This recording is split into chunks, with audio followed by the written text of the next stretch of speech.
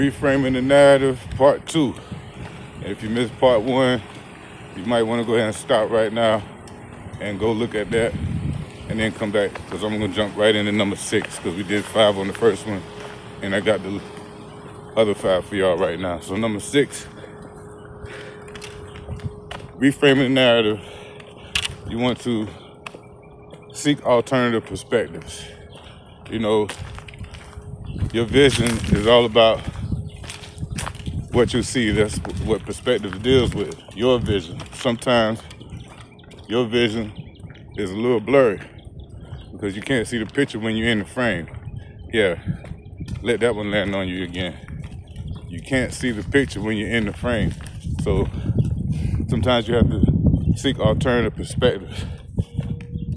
So what you want to do is actively imagine how your best friend or your favorite mentor, if you have one of those, or coach, how would they look at it? Whatever it is that you're going through. How would they deal about it? How would they think about it? This might give you a more balanced, less harsh perspective.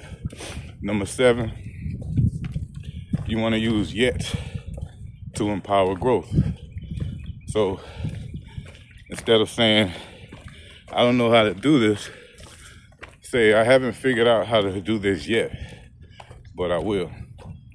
So what that does is put a positive spin on your negative mindset without even, a lot of times you don't even realize that you're being negative.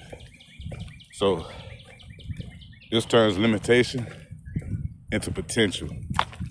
Number 8, reframe the loss as redirections. I talked about this on the last one. I like to call them divine redirections, right? Or you can call it a cosmic redirection, a heavenly, whatever word resonates with you, but you have to use it as a redirection because it's not rejection, it's redirection. So a lot of times this will give you a better outcome, right? So number 9, you want to reinterpret physical sensations. You know, a lot of times you get a nervous feeling in your gut or your chest or your stomach, wherever yours reacts in your body. Everybody's different, right? So reinterpret the physical sensation.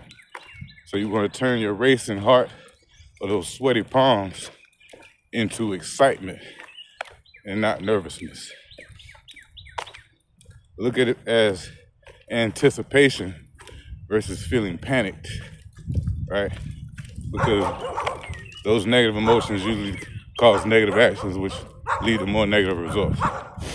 Number 10, focus on the gains, not the gaps. Like when I'm working out, I don't worry about the sets I didn't get, the reps I didn't get. I go as hard as I can every time, and I focus on the gains that I achieved that day that keep me motivated and going back for more, right? So you want to highlight progress because progress is greater than perfection. You know, it never gets perfect. Nothing's perfect. Even your best, the best of your best is never, or should I say rarely perfect, right?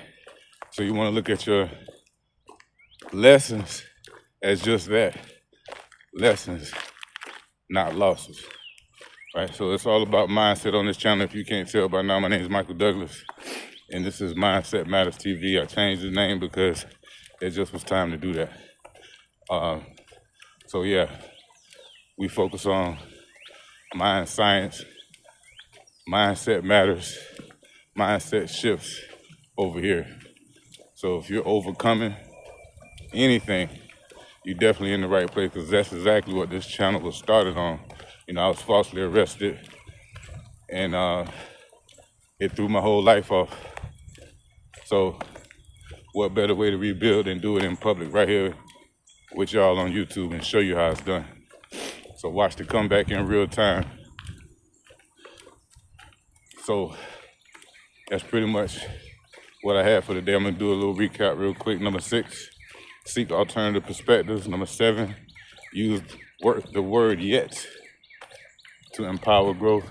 Number 8, reframe loss as redirection.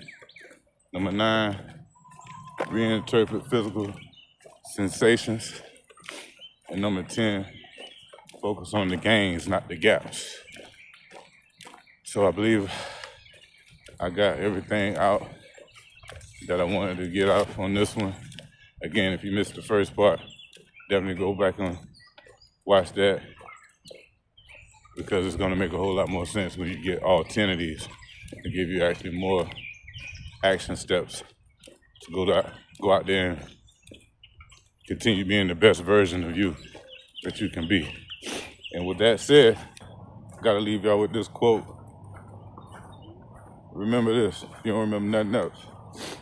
Either your mind will expand to match your money, or your money will just start to shrink to match your mind. Let's grow, y'all.